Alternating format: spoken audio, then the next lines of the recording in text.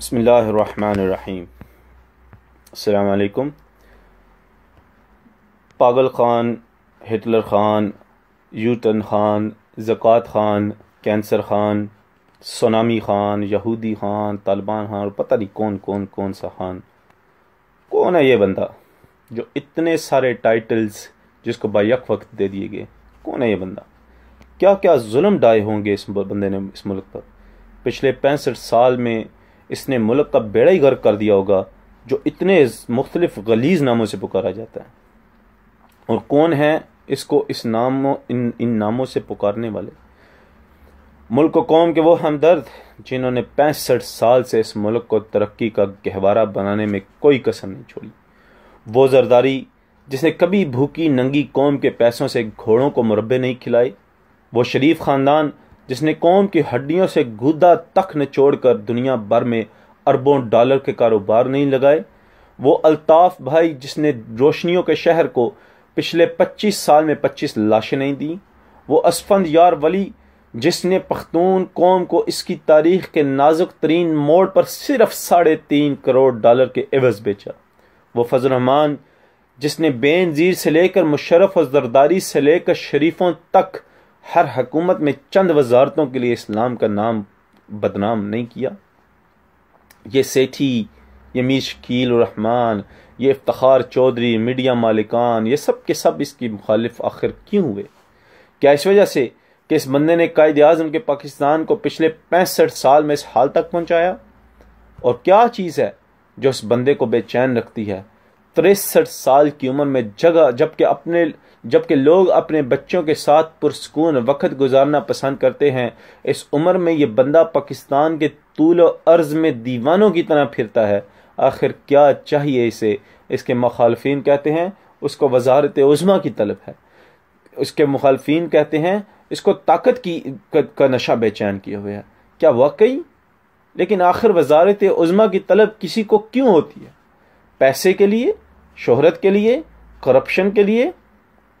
लेकिन पैसे के लिए, पैसे का तो इस बंदे को लालच ही नहीं, और ये दुनिया जानती है। उसकी सारी जिंदगी इस अमर की गवाह है। उसने तो अपना क्रिकेट से कमाया हुआ अक्सर पैसा भी इस मुल्क के गरीबों के लिए शौकत खानम हस्पताल और नमल यूनिवर्सिटी में झोंक दिया। जी हाँ, इमरान खान एक अरसे तक शौकत खानम के सबसे बड़े डोनर है। अगर पैसा ही चाहिए होता तो ये बरतानिया में किसी काउंटी टीम की कोचिंग संभालता और साथ ही क्रिकेट मैचों में कमेंट्री से करोड़ों कमाता। पैसा चाहिए होता तो जमाइमा खान से तलाक का एवज ही बरतानवी कवानीन के मुताबिक अरबों वसूल कर सकता था। शोहरत के लिए? लेकिन इमरान खान से ज़्यादा शोहरत भला किसी पाकिस्तानी को अल्लाह ने कब दी है? वो शख्स के बरतानवी शाही ख़ानदान जिसके साथ उठने बैठने में फ़ख्र महसूस करता है, और इंडिया से तुर्की और डेवोस तक बगैर किसी सरकारी ओहदे के उसको हाथों हाथ लिया जाता है। वाहिद पाकिस्तानी लीडर है जिसको बैरूनी दुनिया में करप्शन या स्विस अकाउंट्स या बुत्ताखोरी और टारगेट किलिंग की वजह से नहीं जाना जाता, बल्कि उसका नाम अच्छे लफ्ज़ों में लिया जाता है। अब ऐसे बंदे को भला मजीद शोहरत की क्या ज़रूरत होगी? करप्शन के लिए? लेकिन करप्शन का तो ये बंदा रवादार ही नहीं। पख्तूनख्वा में 4 साल से हुकूमत है ना इसकी। कोई कह सकता है एक पैसे की करप्शन की बात की हो इसके बारे में? कोई कारखाना लगाया हो इसने, कोई रिश्तेदार सरकारी ओहदे पे लगवाया हो, किसी की सिफारिश कर दी हो, कोई प्लाट, कोई बैंक अकाउंट, कोई जद्दा, मलेशिया, दुबई में कोई महल ही बना लिए हों? कुछ भी नहीं। उल्टा वाहिद पाकिस्तानी लीडर है जिसके असासे हर साल पहले के मुकाबले में कम होते जा रहे हैं। वरना यहाँ तो लोग MNA बनते ही पे अगली 7 नस्लों का इंतज़ाम कर लेते हैं।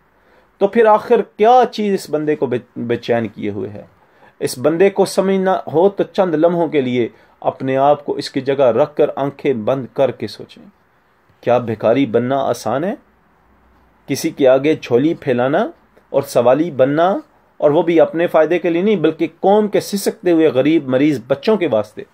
वो क्या चीज़ है जिसने उससे ऑक्सफोर्ड से तालीम याफ्ता पाकिस्तानी तारीख के मशहूर तरीन क्रिकेटर और कामयाब तरीन कप्तान को भिखारी बनने पर मजबूर किया? गली गली, शहर शहर, गांव गांव अपनी इज्जत नफ्स को पसे पुश डालकर झोली फैलाकर बेकारी बनने पर मजबूर किया। 20 साल से यह बंदा झोली फैलाए मुल्क और बैरून मुल्क सिर्फ पाकिस्तानियों के लिए भीख मांगता है। कोई इसे बेकारी होने के ताने देता है, कोई इसे ज़कात खान कहता है, कोई किसी और तरीके से मजाक उड़ाता है, लेकिन यह बंदा फिर भी पीछे नहीं हटता। यह आसान नहीं है, खुदा की कसम यह आसान नहीं है। कदम कदम पर दिल को मारना पड़ता है, अपनी इज्जत नफ्स, अना और फ़ख्र का खून करना पड़ता है। यकीन आए तो कभी ये करके देखें, झोली फैलाकर किसी दिन लोगों के सामने खड़े हों, वो भी अपने लिए नहीं, दूसरों के लिए। मैं पाकिस्तानी कौम को सिर्फ एक पैगाम देना चाहता हूँ आखिर पे, कि अल्लाह ताला ने तुम्हें एक हीरा दिया है, उस हीरे की कदर कर लो। कोई इस पर इल्ज़ाम लगाता है, अब जब बाकी हर तरह का इल्ज़ाम उनका गलत साबित हुआ और उसने एक एक पाई पैसे का हिसाब दे दिया, हालांकि वो किसी सरकारी ओहदे पे नहीं रहा, वो हिसाब ना दे तो भी कोई मसला नहीं है, क्योंकि वो तो कभी किसी ओहदे पे ही नहीं रहा, लेकिन उसने हर पाई पाई का हिसाब दे दिया। इसके बाद जब कोई बात ना मिली तो उसके किरदार पे उंगलियां उठानी शुरू कर दी। किसी के किरदार की गवाही लेनी हो तो उन लोगों से लेनी चाहिए जो जिनका उसके साथ वक्त गुजरा हो, जिनके साल उसका सबसे ज़्यादा वक्त तो क्रिकेटर्स के साथ गुजरा है। आप उसके साथ, उसके फेलो क्रिकेटर से उसके बारे में गवाही लें। कोई एक क्रिकेटर है जो कहे कि इमरान खान शराब पीता था, कोई इमरान खान क्लबिंग करता था। मैं इंग्लैंड में रहता हूँ, यहाँ इंग्लैंड में 95% पाकिस्तानी क्लबिंग करते हैं। मैं परसेंटेज बाकी चीज़ों की नहीं बताऊंगा, अल्लाह माफ़ करे, वो शायद इससे भी ज़्यादा है। तो कोई एक बंदा तो निकालिए, वो तो इतने आला पाए अखलाक का और किरदार का मालिक है। मैं JUI के लोगों को एक वार्निंग देना चाहता हूँ, और उसमें मेरा भाई, बड़ा भाई भी शामिल है, जो बहुत JUI का सिपा सलार हैं, शायद पता नहीं क्या है, कारकुन है। मैं उन्हें ये वार्निंग देना चाहता हूँ कि खुदा के लिए अपने नबी की उन हदीस पर जाओ कि किसी के किरदार पे उंगली मत उठाओ। अगर किसी की कोई बुराई पता भी चले तो उस पर पर्दा डालो, अल्लाह तुम्हारी बुराइयों पे पर्दा डालेगा। मैं वार्निंग ये दे रहा हूँ कि अगर आज तुमने उसके किरदार पे बहतान बांधे तो कल अल्लाह ताला के सामने खड़े होकर जवाब देना पड़ेगा। ये फजल मान तुम्हें नहीं बचा सकेगा अल्लाह से। तुम बरेलवियों को कहते हो ना, उनके पीर नहीं बचा सकेंगे, तुम्हारा पीर तुम्हें नहीं बचा सकेगा। इसलिए खुदा के लिए इन चीज़ों से बाज आओ, किरदार कुशी से बाज आओ, किरदार पे उंगलियां ना उठाओ। सियासत में मुखालफत करनी है, सियासी तरीक़ों से करो। उसने कभी आज तक किसी के पर्सनल लाइफ पे बात नहीं की। उसने कभी मौलवी फजल रहमान के किरदार पे, नवाज शरीफ के किरदार पे, उसके भाई के किरदार पे, उसके बच्चों के किरदार पे उसने कभी एक बात नहीं उसने आज तक की।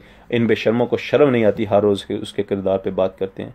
मैं पाकिस्तानी कौम को एक आखिरी शेर कह के मैं आपसे इजाज़त चाहूँगा।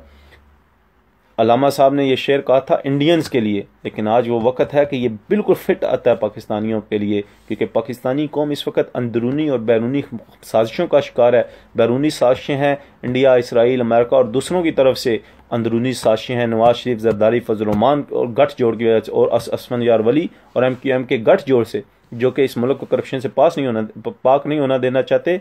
मैं आपको सिर्फ ये कहता हूँ कि इनके आलाकार मत बनिए। जिसकी मर्ज़ी हमायत कीजिए, लेकिन असूलों पर हमायत कीजिए। जो इदारों के साथ लड़ाई करने पे उतर आया है और पाकिस्तान की फ़िक्र नहीं कर रहा बल्कि अपने इक़्तिदार की फ़िक्र कर रहा है, उसके साथ मत दीजिए, वरना ना समझोगे तो मिट जाओगे पाकिस्तान वालों। तुम्हारी दास्तान तक ना होगी दास्तानों में। बहुत शुक्रिया।